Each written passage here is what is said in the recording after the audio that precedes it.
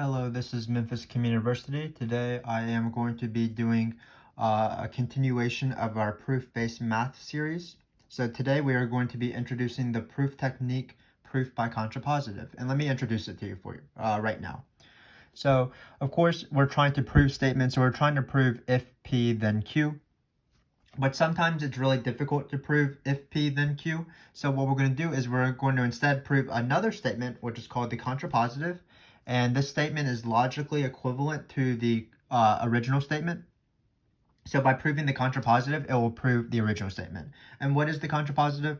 Well, you take this, basically you do a double switcheroo. So the contrapositive, you might have encountered it in a previous math class or in a logic class.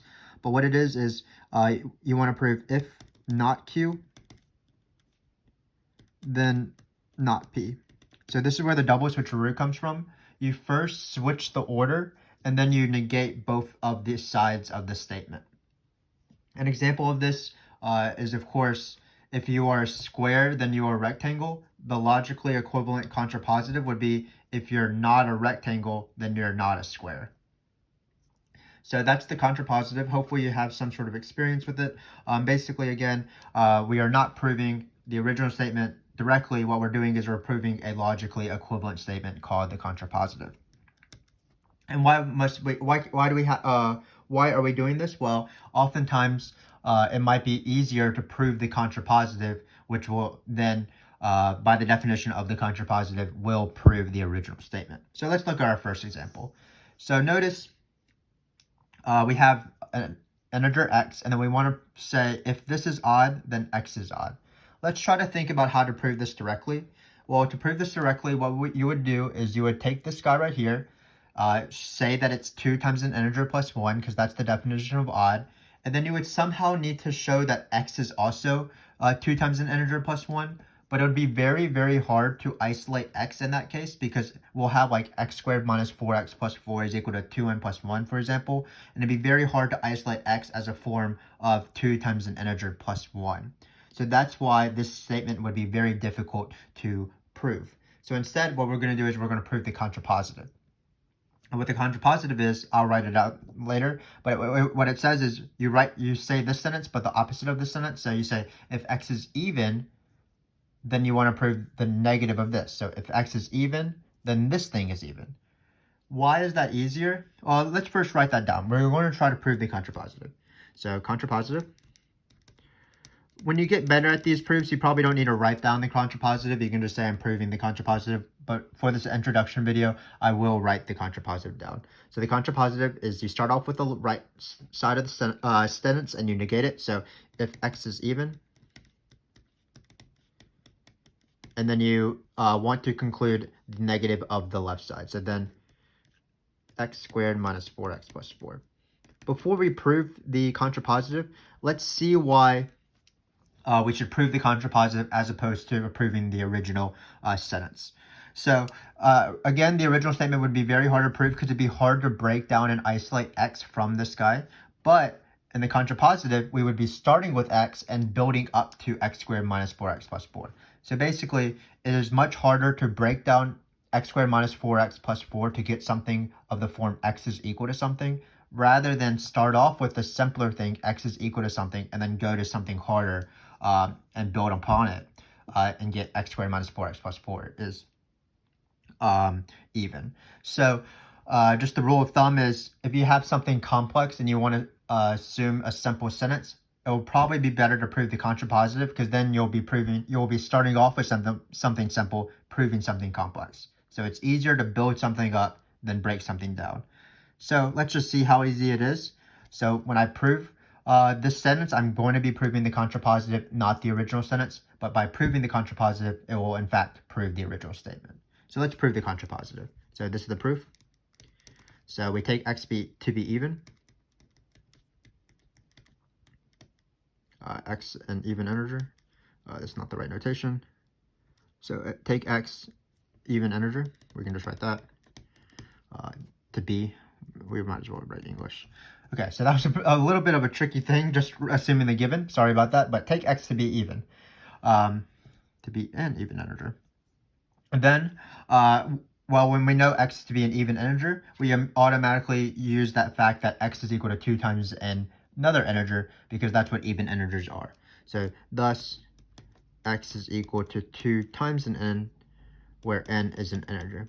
And what we're going to do, of course, is show that this is even by substituting in x. But notice how easy it is to substitute in something rather than to sort of dissect or break this down. So all we're going to do is we're going to take this guy right here. So x squared minus 4x plus 4. We're going to plug in 2n for x. We're going to simplify a little bit. So let's remember that when you're squaring things, obviously you square both of them. So it's 4n squared minus 8n plus 4. Again, the goal is to show that this is even. Well, it is even because I can factor out a 2. So this is 2 times 2n squared minus 4n plus 2. And because this guy in parentheses is an integer, so because, we can conclude that sentence, because 2n squared minus 4n plus 2 is an integer, because n is an integer and the sum and multiples of integers or the product of integers result in integers. So because this is an integer, we have proven that x squared minus 4x minus plus 4 is even. We have shown that it's 2 times an integer. So we have finished the contrapositive. We have assumed that x is even, that proved that this is even, and by proving the contrapositive again, that proves that x squared minus 4x plus 4 being odd implies x is odd, because that's the contrapositive of this sentence. So hopefully you understand why we are doing contrapositives. It changes a more complex proof into an easier proof. So let's move on. I have another even or odd argument. Give me 1 second here. So if x and y are integers, we are going to take this guy right here, assume it's even, then we want to show that x is odd or y is even. So again, it's going to be, if you set this to be even, so you set this to be 2 times an integer, it would be very hard to isolate both x and y, which is why it makes sense that we're going to prove the contrapositive. So let's write the contrapositive out. So be careful of this or statement. The negative of an or statement is an and statement with the negative of both of these. So the negative of this thing right here is if x is even and y is odd. Why is this so? Well, let's not use even or odd. Let's just use common adjectives. So for example, if you're not sad or you're not short, then you have to be both happy and tall. Does that make sense? So again, the contrapositive of this statement right here is to flip both of them and then also have an and. You don't want to write or here, because then there's a scenario where x is even but also y is even, because you have or here. So this would not be the negative of this statement right here. So the negative again of an or statement is actually an and statement with the negatives of both. So let's write out the negative of this one. The negative of this one is, this side of the statement is a little bit easier. It's just going to be this thing is odd. So, and so then we want to prove this guy is odd. So this is the contrapositive.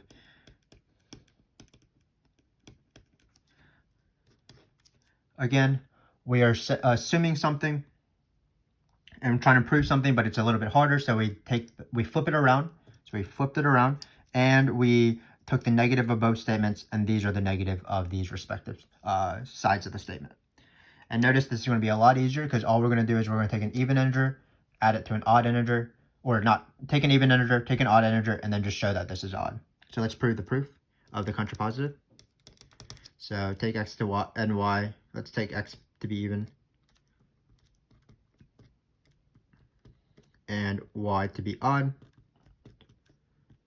Well, of course, there's a definition for even or odd.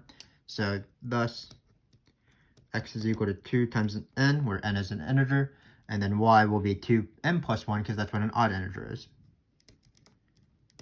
2m plus 1, where n and m are integers.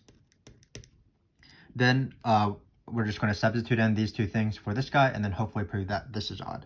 So let's do that. So x plus 1 times y squared. We are going to substitute in 2n for x. We are going to be careful with parentheses and substitute in 2n plus 1 for y squared. Looks like we have to do a little bit of multiplication, but it shouldn't be too bad. So we have 2m plus 1 times 4m squared plus 4m plus 1. All I'm doing is foiling this 2m plus 1 out. We got to keep going, of course. Let's FOIL this guy in.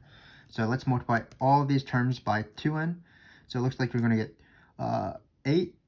8nm squared. 8nm squared. Then we're going to 2m times this, so it'd be 8nm. And then finally, it'll be plus 2n. And then we're going to multiply 1 by all these, but that's just rewriting it because it's 1.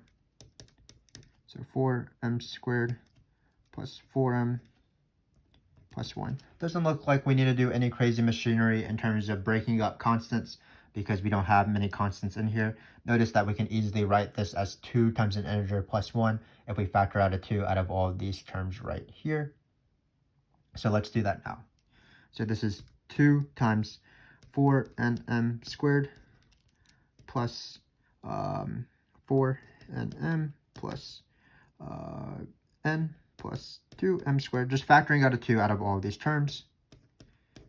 And finally, this proves that x plus 1 times y squared is odd. So x plus 1 times y squared is odd. If you want, you can be more specific and say that this is an integer, but it is an integer because you're taking the sum and multiples of integers. So again, this has been our second contrapositive proof. We did the same thing as in the first example. We carefully found the contrapositive, and the negative of this or statement was the and statement. Then we said if this statement, then this statement, the contrapositive is a lot easier to prove because we're starting off with simpler things and going to something that's harder, as opposed to starting off with a complex thing and going to simpler things. And then to prove this, it was just a very easy even or odd proof. Not very easy, but a standard even or odd proof. We took x to be even, which means that it is 2 times the number. We took y to be odd, which means it's 2 times n plus 1. N and m are integers. And then we slowly multiplied things out. And then we were able to write this of the form 2 times another integer plus 1, which proved that this is odd. So this is the power of contrapositive. We have something that seemingly is hard to prove, and we instead prove the contrapositive, which is logically equivalent to the original statement. So let's do something that doesn't have even or odd integers. Let's say this question. So suppose x and y are greater than 0. If this thing, then this thing. So if this inequality holds, then this inequality holds. So again, it would be so much easier if everything was flipped around, because we would be starting off something easier and then trying to prove this, or an equivalent of this. It's harder to take this statement right here and isolate y's and x's to prove that this is true. So what we're going to do is we're going to do the proof by contrapositive. So this is, again, a contrapositive proof. So first off, what is the opposite of y is less than or equal to x? Well, there's 2 statements there. There's really only 3 things that can be happening between y and x. Either they're less than, equal than, or greater than. So if y is less than or equal to x, the opposite of that is the third choice, which is y is greater than x. So the opposite of y is less than or equal to x is y is greater than x. So we're going to try to say if y is greater than x, and again, the same thing, we are going to try to show that this is greater than 0, because that's the complete opposite of this term right here, less than or equal to. Then 3y squared minus x squared is greater than 0. Great. Not greater than or equal to, that's wrong. Again, we focus that it's greater than, because greater than is the opposite of less than or equal to. So let's take this. If y is less than, greater than x. Well, what we want to do is we want to multiply things around, and in order to do so, what we need to do is we need to bring everything to one side, and then we can multiply by positive numbers on each side, or divide by positive numbers. So for example, what we get here is, this is actually not what we want to prove. We want to prove that this is true. I left the 3 out. Sorry about that. So let's prove this instead with 3's to make it actually proof. So what we're going to do, again, is this is the contrapositive. If y is greater than x and this is greater than x. So we're going to start off with this. We're going to bring everything to one side. So this means that y minus x is greater than 0. Then what we're going to do is we're going to try to multiply by positive numbers, because when you multiply by positive numbers, the inequality still holds. If you multiply by negative numbers, the inequality switches. So that's why we want to be careful in multiplying by positive numbers. Well, first thing we can do is, if this 3 was originally attached where it should have been, we can just multiply everything by 3. Thus, 3 times y minus x is greater than 0. And then finally, how do you get to 3y squared minus x squared? What do we need to multiply by? Well, we need to multiply by y plus x. Because when you have y minus x times y plus x, that's going to be the difference of squareds you want. Y squared minus x squared. So I'm going to do that. Note, x plus y is positive because x and y were positive, so we were allowed to multiply by it and maintain the inequality. So 3 times y minus x times x plus y is greater than 0 times x plus y. Why are we isolating everything to be 0, where one side is 0? Because 0 times anything is 0. So in this case, really when we multiplied everything by 3 in this case. So 3 times y minus x is greater than 3 times 0, but 3 times 0, of course, is 0. So then we end up with 3 times y minus x times x plus y is greater than 0, which means that 3 times x minus x squared plus y squared minus xy. Probably not necessary to FOIL all of this out, because again, it is difference of squares. So yx and xy cancel. So we have what we want. 3 times y squared minus x squared is greater than 0, which proves that when we distribute these 3's, that 3y squared minus 3x squared is greater than 0. So again, this is the power of contrapositive. Took a harder statement, switched it around and negated so that we could prove an easier statement. Apologize for the 3 not being there. That was my sort of a oversight by mine. But with the 3 there, it is a pretty easy question, because we're starting off with something simpler and going to prove something harder. So I have one last proof for you. Let's do one with division. So what it says is, if x and y are integers, then if x doesn't divide xy, then x doesn't divide x, and x, sorry, I'm not saying the word 7. So if 7 doesn't divide x times y, then 7 doesn't divide x, and 7 doesn't divide y. So again, let's first write out the contrapositive. Why are we going to use the contrapositive? Because it's harder to manipulate things with x, y, as opposed to x and y being separate.